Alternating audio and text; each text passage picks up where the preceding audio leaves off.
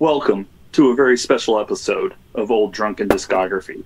An episode filled with wonder, excitement, and joy, with an extra helping of nostalgia.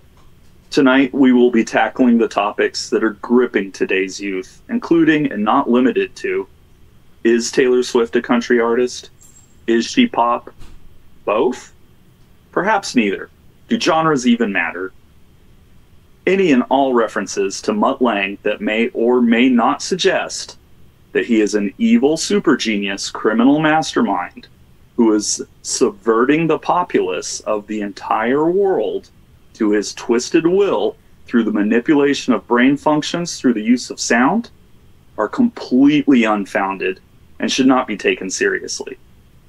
Any and all evidence presented in supporting such outlandish beliefs are circumstantial at best, and at worst, the drunk ravings of an idiot being employed solely for comedic effect.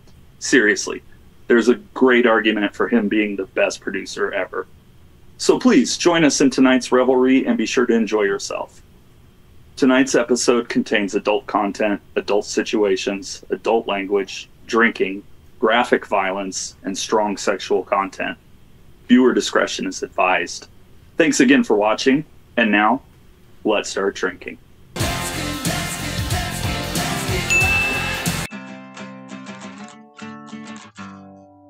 Greetings and welcome to Old Drunken Discography, where old friends and fans come together to BS, argue, occasionally agree, and discuss a musical artist. Today's musical artist is Def Leppard, and we're talking about Pyromania.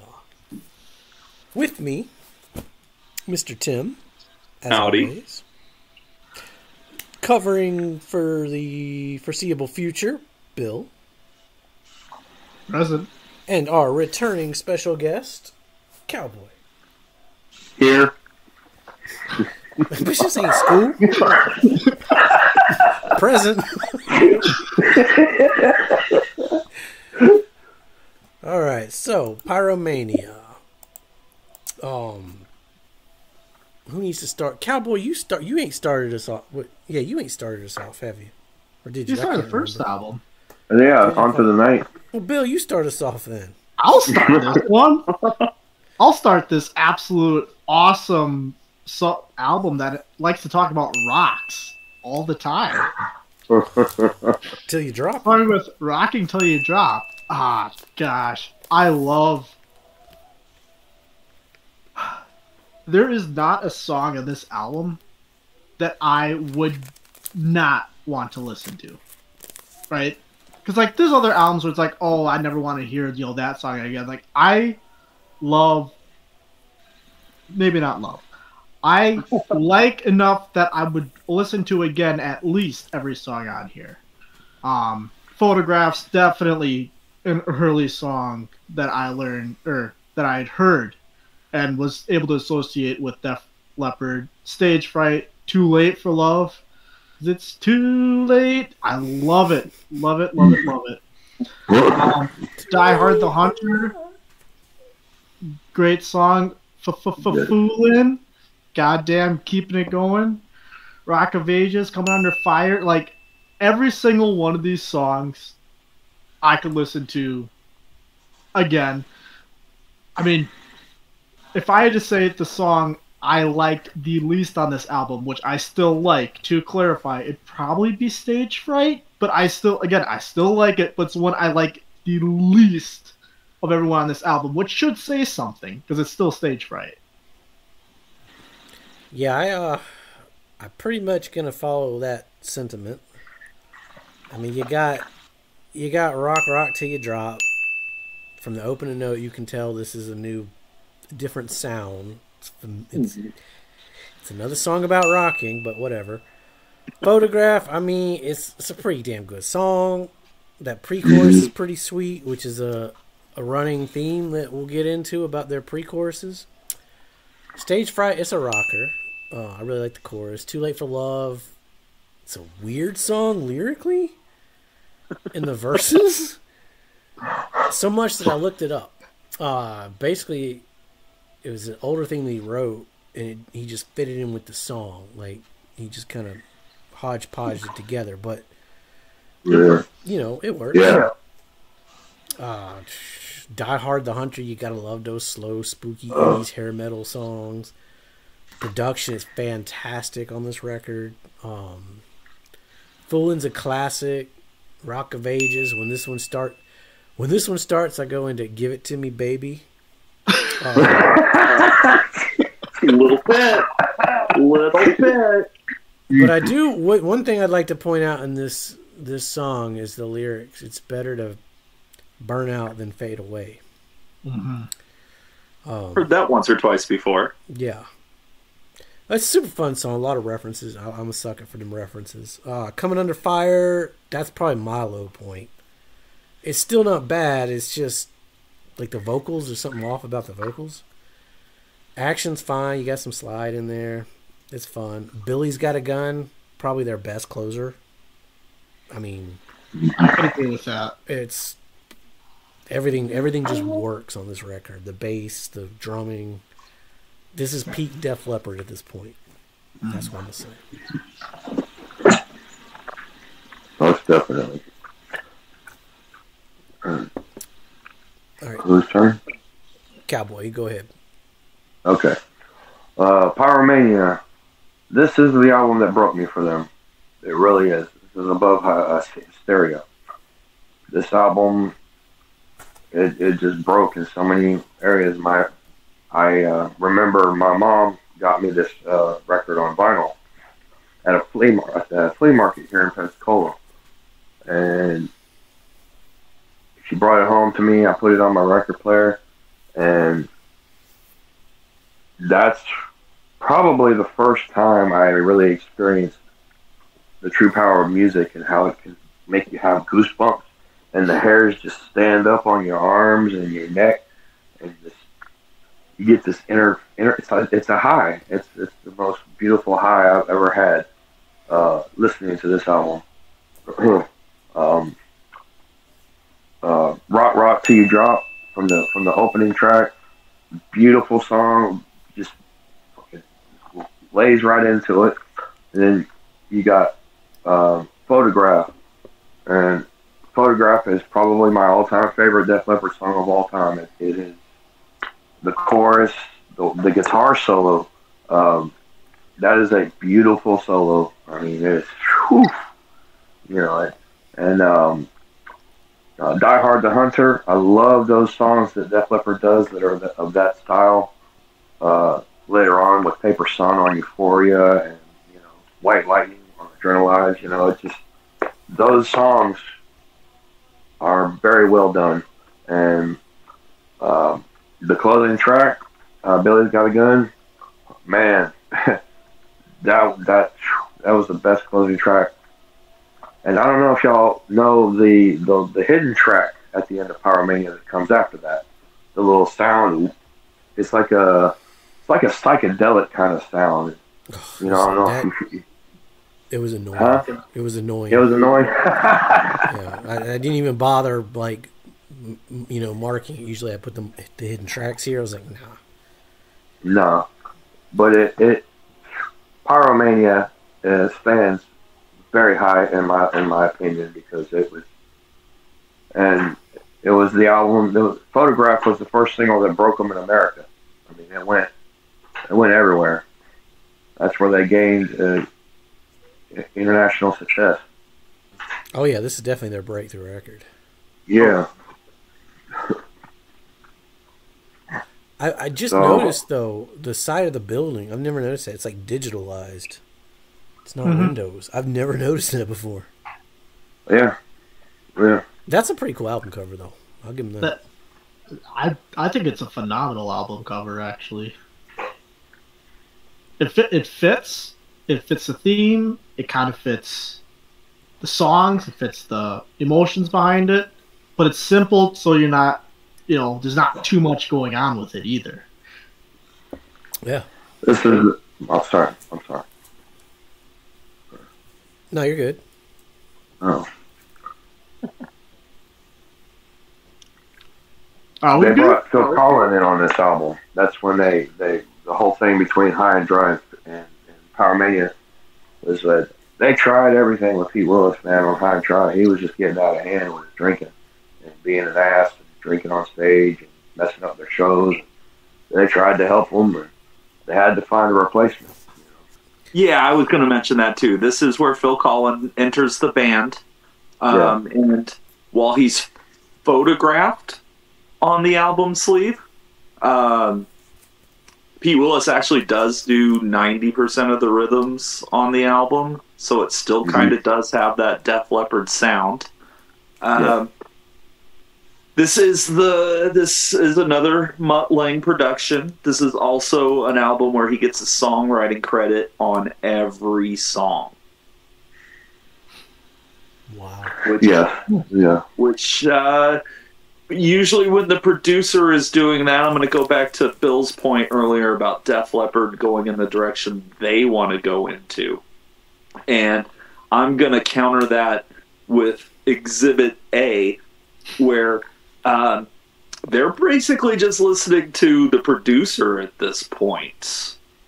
They've even from the first album, we have shifted so much in direction. The sound, of course, is top notch. Like, this is, one of the best selling albums of the decade, and it sounds like it should be. It's a fantastic record. But I'm gonna be the one to say it. This is the beginning of the end. But we just started. Well, to put what Bill said and what Tim said together, I'd like to just say, I think you're both right. I think this is the direction that Def Leppard wanted to go in. But I don't think they really... I think they want to be big. They want to hit the radio. They want to be massive, successful rock stars. Sure. And are willing to do whatever they need to. They're going to listen to Lange, yep. Yeah. By this point, Lange's already put out, like you said, Back in Black. He's been successful. Like, he is... Yep. So I think they had a success with High and Dry. It worked well for everybody. They even had the minor hit with Bringing on the Heartbreak. Like, why not give it another shot? Let's try to do even better. And I don't know if it's Pete Willis's condition. It's certainly not his playing, but there is a drop in the energy on this one.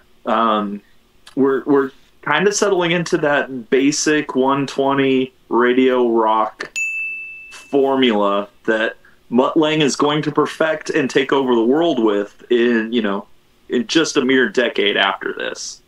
So, yeah, I have trouble with this album because of nostalgia reasons. I can listen to it all day long and be quite good. My number one song is going to come from this album as well, probably. When we get there, so no spoilers there. But yeah, it's definitely another party record where you can just throw it on and have a good time. Die Hard the Hunter is great. Rock Rock Till You Drop is great. Foolin' is great. Rock of Ages has a great chorus, but man, those verses kind of bother me. And the older I get, the cheesier it gets. Still a fine album, though. It's still definitely worth your time and attention. But they're not going to hold on to that too much longer. This one, though, it does sound good when you turn it up loud. No, the production on here is top notch. And nostalgia. Oh, go ahead. Well, I was going to say this is also. Not only is this going to be Pete Willis's last album, but it's also going to be the last time they have all their limbs. Yeah. and I can't fault anybody for, the transition that they're about to enter. But it definitely changes the direction of the band as well. Oh, 100%. 100%. Yeah. Yeah, that's... What was I going to say? I guess that's all I was going to say. I do want to throw out just like the way album royalties work. Like, if you play on a record, you get a point. Now, for easy sake, let's say an album has 100 points, and you have 10 songs. So if you play the drums on all 10 songs, you get 10 points. If you get a songwriting credit, that's another point. This is where you start getting into the thing where, the songwriters are making a shit ton more money than, say, the bass player or whatever, or somebody who never gets credited. And it's because of the point system.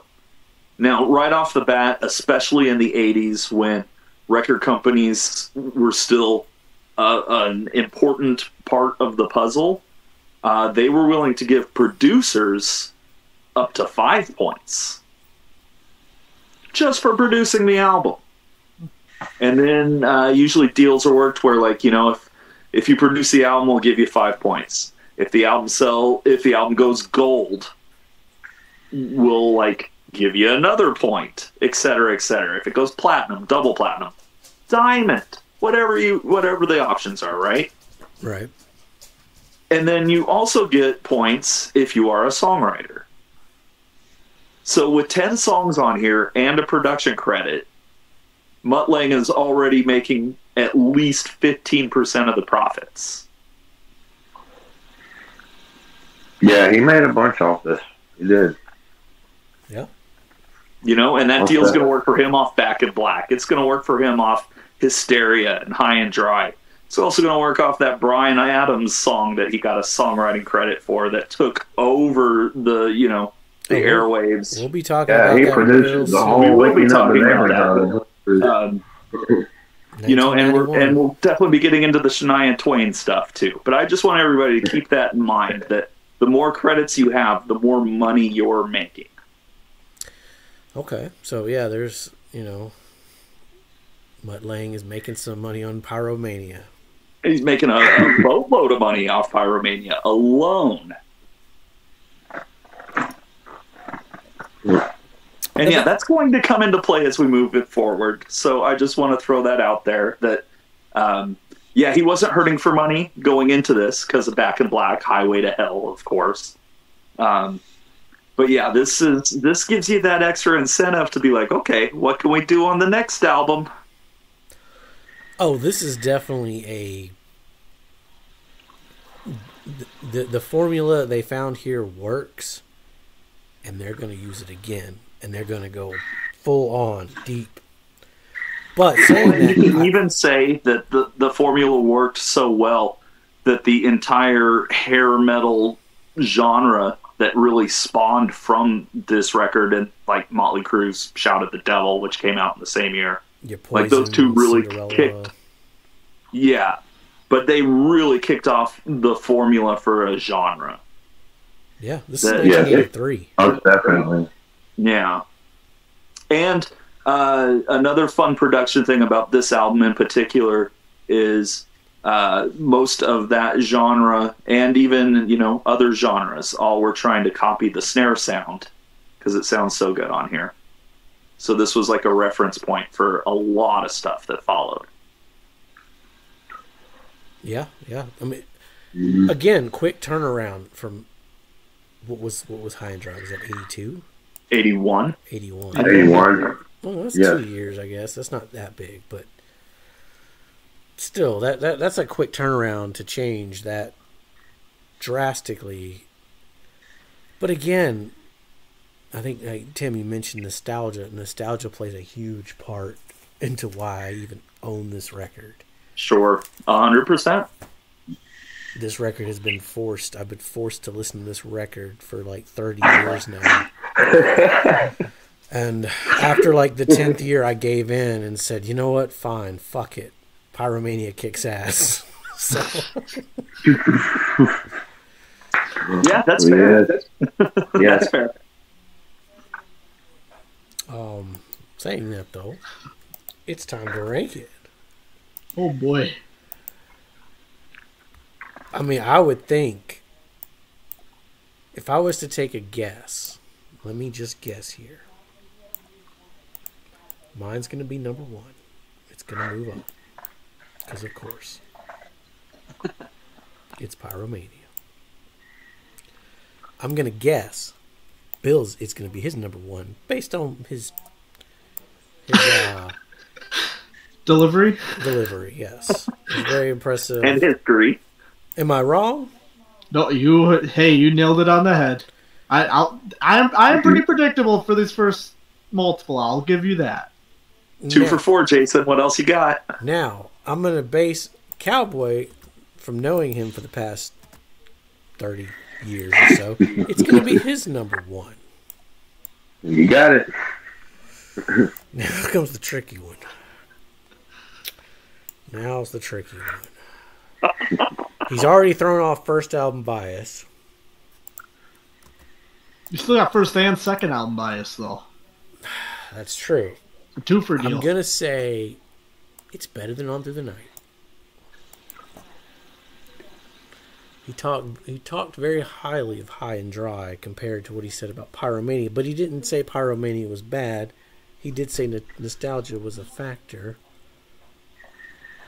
I'm going to go with number 2. I think High and Dry is still number 1. I think you went 4 for 4 there, my friend. Yes. Got it. This is fun. Maybe next time we'll let somebody else guess.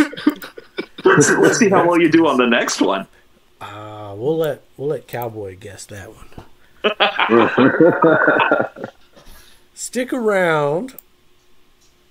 Currently, we are 3 of us are still the same. Tim has got High and Dry number 1, which to me spoils the rest of the videos as far as Tim is concerned. Some things could change from the other 3, but we'll see. Anyway, like, subscribe. Let us know down below what your favorite Def Leppard record is. And stick around. Hysteria is next. Be safe. Make good decisions. Rock over London. Rock on, Chicago. Rock of Ages. Do something about your long, filthy hair. It looks like a rat's nest. Do something about your mullet.